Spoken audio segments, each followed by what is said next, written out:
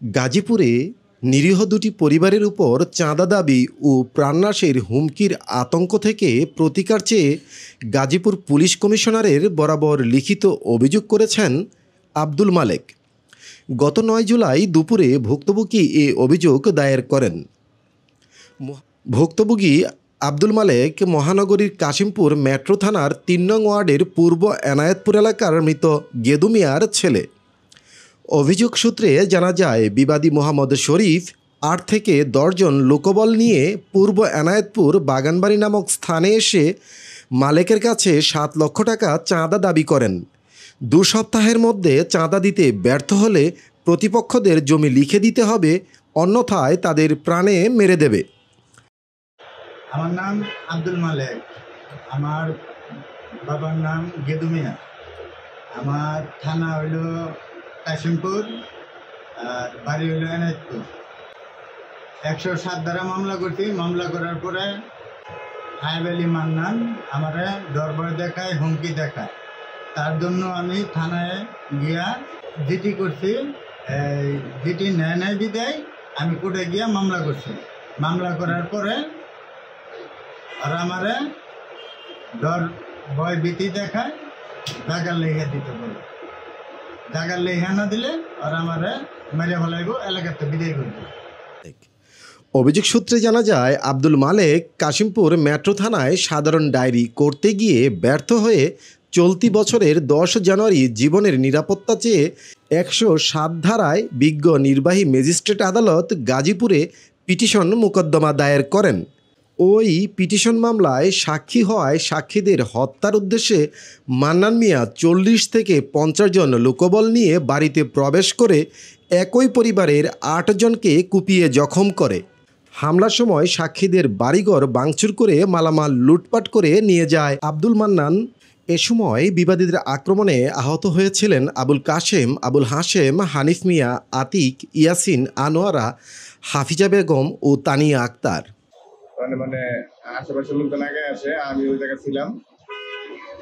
আশেপাশের লোকজন আগে আসলে হত্যার হুমকি দিয়ে মামলা না তুলে নিলে হত্যা করবো, এলাকায় থাকতে দিব না, এগুলো বইলা মালিকের হুমকি দেওয়া যায়। যাওয়ার পর মালিক একটা 107 ধারা একটা মামলা করে ম্যাজিস্ট্রেট আদালতে। মামলা করার পর ওই মামলায় আমি সাক্ষী হই। সাক্ষী হওয়ার পরে এই সাক্ষী দেওয়ার কারণে, মামলায় সাক্ষী দেওয়ার কারণে আমার বসত বাড়িতে জানুয়ারি মাসের 21 তারিখে আমাদের মহিলাদের উপরে আমার মা, আমার ওয়াইফ, 4 জন সহ 4 জন মহিলার উপরে আক্রমণ করে 50-60 জন ভাড়াটিয়া সন্ত্রাস মিয়া, মান্নান, রব মিয়া, আয়ুব আলী, এরা সবাই মিলা আরো 50-60 জন মিয়া মহিলাদের উপরে আক্রমণ করে। আমরা দূরে একটা মার্কেটে ছিলাম, 5-7 মিনিটের রাস্তা। তখন আমরা খবর শুনে আসলাম। আসার পরে আমাদেরকে উকুপাইছে, মহিলাদেরকে উকুপাইছে, আমারও উকুপাইছে। পরে আমি আমার পাইপেশন জায়গা কিনছি, ওই জায়গায় আমি ওই জায়গায় কাজ করাইতেছি। জানুয়ারি মাসের 21 তারিখে কাজ করাইতেছি। পরে আমার স্বামী সাক্ষী দিয়ে দেয়, পরে ওরা আমার বাড়িতে এসে হামলা করে আমাদের অনেক গালাগালি করছে। পরে সাথে আমরাও কথা বলছি, কথা কাটাকাটি বলছি। পরে মান্নান আছে, মান্নান এসে এই করছে, আমার মাথায় খুব দিছে। আমার মাথায় 2টা খুব দিছে। খুব দেওয়ার পরে আমার শাশুড়ি ছিল, শাশুড়ি বেড়েছে, শাশুড়ির মাথায় খুব দিছে। খুব দেওয়ার পরে হাতে একটা খুব দিছে। এরকম করে পরে আমাদের অনেক বেড়ে যেতেছে। পরে আমার পরে হলো বড় ছিল, আমার স্বামীর হলো আগের বউ, উনি ছিল, ওনারও মারছে। আমার নাম মোহাম্মদ আতিকুর রহমান। সকালবেলা আমি আপনার ভার্সিটিতে যেতেছি, ওই সময় খবর আসছে, আমার ফোন আসছিল যে আমার বাসায় মান্নান গ্রুপ 60 জনের উপরে অধিক লোক নিয়ে অ্যাটাক করছে। খবরের শুনে আমি গেছি, ওইখানে যাই দেখি আমার মা ছিল, আমার চাচিরা ছিল, ওনাদের সবাইকে কুবাইতেছে। তারপরে আমি ওনাদেরকে বাঁচাইতে গেছি, ওইখানে আমাদের মাইর শুরু করছে। আমাদের মাইরাই যে এখানে একবারে কেটে ফেলছিল, চোখ একবারে অনেক ফুলে গেছিল, না দেখার মতো অনেক চিকিৎসা করে হয়েছে। আমার হাতও আপনার একটি বাম হাত ভেঙে ফেলছিল।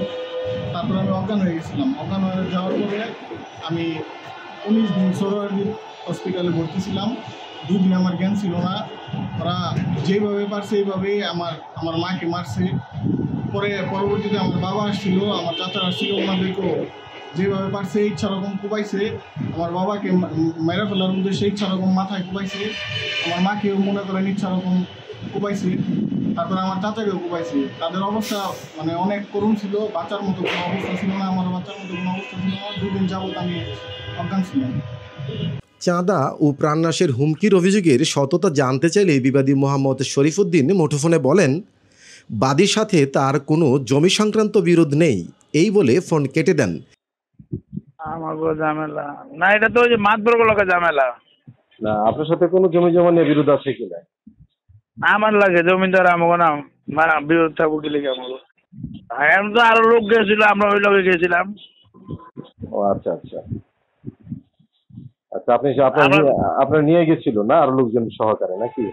নিয়ে যায় না, এখন লোক গেছিলাম আমরা, আরো লোক গেছিল তো এমনি 70 থেকে 80 জন, হ্যাঁ 60-70 জন লোক গেছিলেন নাকি? না, লোক আসলে মেলা নতো আমাকে অটো দিয়া কোন বাড়ির লোক যাইতে আরো অ্যাক্সিডেন্ট হয়েছিল। ও আচ্ছা আচ্ছা অটো দিয়া কোন বাড়ি যাইতে আরো লোক অ্যাক্সিডেন্ট হয়েছে, গাড়ি গাড়ি ভাঙছে। আচ্ছা, আপনি মালিকের কাছে কি ওই যে তার কয়েক ঘন্টা পরে শরীফের ফোন থেকে এজাহারভুক্ত আসামি মান্নান প্রতিবেদককে ফোন করে হুমকি দেন। কেন বিবাদী শরীফকে ফোন করেছেন এই মর্মে। কি জন্য আমার ফোন দিছিলেন? তারপরে তো শুনলে এই কথা কাইতে দিলেন। আমারে ফোন দেওয়ার দরকার কি? ফোন দিলে আপনি যাগো ঝামেলা এগো ফোন দিবেন, আপনি সাংবাদিক আমারে ফোন দিবেন কেন? আপনার ফোন দিয়েছি আপনার নামে অভিযোগ বিদায়। আমার নামে অভিযোগ কে আপনার কাছে কে করছে? অভিযোগ করলে তো থানায় করবো, হেরাই আমার জিজ্ঞেস করবো আপনি কে তাহলে আমার ফোন দেওয়ার? আমি সাংবাদিক আপনার ফোন দেওয়ার। আপনি সাংবাদিক আমারে কেন ফোন দিবেন? ফোন দিলে এগো লোকে ফোন দিবেন। আপনি অভিযুক্ত, তো এই জন্য আপনাকে ফোন আমার দিচ্ছি। লোকে অভিযুক্ত কে? আপনি যে কথা বলেন। হ্যালো হ্যালো, হ্যাঁ, কে ভাই আপনি? আমি মাজহারুল ইসলাম। আপনি কে বলছিলেন? মাজহারুল ইসলাম। হ্যাঁ, কি করেন আপনি? আমি ভাই সাংবাদিকতা করি, যুগান্তরে কর্মরত আছি গাজীপুরে। আপনি কি করেন, আপনার পরিচয় দেন। হ্যাঁ, আমি মান্নান মিয়া, এনআইপুর। হ্যাঁ বলেন। হ্যাঁ, ওই যে শরীফে কি বিষয়ে রিং করছিলেন, কোন জায়গার বিষয়ে? শরীফকে ফোন দিয়েছি, ওনার নামে একটা গাজীপুর মেট্রোপলিটন পুলিশ কমিশনার বরাবর অভিযোগ হয়েছে, সে অভিযোগের ভিত্তিতে ওনাকে আমি ফোন দিয়েছি। এটা পুলিশ এসে তদন্ত করবো, দেখবো, সেটা আপনি দেখেন কি? মেট্রোপলিটন দিয়ে থাকলে এখানে থানা আছে, তারপরে মেট্রো থানা আছে, মেট্রোপলিটন পুলিশ কমিশনার দিলে এটা থানায় পাঠাইবো, থানার থেকে তদন্ত করবো, দেখবো। আপনি ফোন করে বিরক্ত করেন কেন? আমি ওনাকে ফোন করছি না, উনি আমাকে ফোন করছে এখন। আপনি ফোন করছেন দুপুরে, এখন উনি ফোন করাই ফোন করাইছি। হ্যাঁ ভালো করছেন, ফোন করেছেন। আর আপনি কি আমাকে হ্যাঁ। হুমকি দিচ্ছেন? হ্যাঁ, আপনি কি আমাকে হুমকি দিচ্ছেন? আপনারা আমার হুমকি দেওয়ার লাগবো কে? আপনি কেন এই ডিস্টার্ব গুলো করেন মানুষে? আমি ডিস্টার্ব হ্যাঁ? করলাম কোথায়? আমি আপনার তো সাংবাদিক ওনার বক্তব্য বলছি, উনি বক্তব্য না দিয়ে কাইটা দিতে ফোন। কি এর বক্তব্য দিব আপনার কাছে? আপনি কি আপনার কাছে বক্তব্য চাইছে? কোটে আদালতের বক্তব্য চাইছে আপনার কাছে? আমার আপনার কাছে কাছে কোনো আদালত না। তদন্ত চাইছে? হ্যাঁ, আমি গণমাধ্যম কর্মী, আমার কাছে আদালত না। গণমাধ্যম কর্মী দিয়ে কি হয়েছে? আপনি আমার কাছে আসেন, আমি 1 নম্বর আসামি। হ্যাঁ, আমি ওই মামলার 1 নম্বর আসামি, আপনি আমার কাছে আসেন। তাহলে এই তো আপনি কি কথা। জানতে চান? যাই না যান, আসেন, আচ্ছা। এনআইপুরে আসেন আপনি। আচ্ছা ঠিক আছে, আসবো, সমস্যা কি? আপনি কি জানতে চান আপনার জানাই আমি। আচ্ছা ঠিক আছে, আপনি কি আমাকে হ্যাঁ? হুমকি দিচ্ছেন? শরীফে আপনি পাইলেন করতে, শরীফের নাম্বার পাইলেন কই আপনি? শরীফের আমার নাম্বার নাম্বার তো বলতে বলতে। আমার নাম্বার তো প্রত্যেকটা নথির মধ্যে দেওয়া আছে, আপনি আমারও রিং করেন না কেন? আপনার আজকে তো আপনার হ্যাঁ? নামে না, শরীফ 1 নম্বর আসামি। আজকে শরীফের নামে অভিযোগ হয়েছে আমার কাছে। শরীফের নামে কি অভিযোগ অভিযোগ আছে। আছে? সেটা অভিযোগ তদন্ত করবো পুলিশ, সেটা আপনি করেন কি? আমি এখানে সংবাদ প্রচার করবো। আমি করে আপনি সংবাদ প্রচার করবেন, পুলিশে তদন্ত করবো, তারপরে আপনি সংবাদ প্রচার করবেন। আপনি তো আগে না তৈরি করেন কে? আপনি কি আমাকে হুমকি দিচ্ছেন? আপনার আমার হুমকি দেওয়া লাগবো? আপনার লাইন ছাড়া যায় না, লাইন মতো কাজ করেন।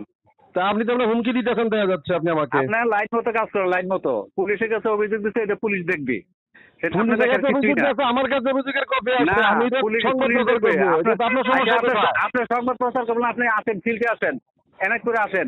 আপনি কি সংবাদটা জানতে চান জানাই দিই, আমরা বলি।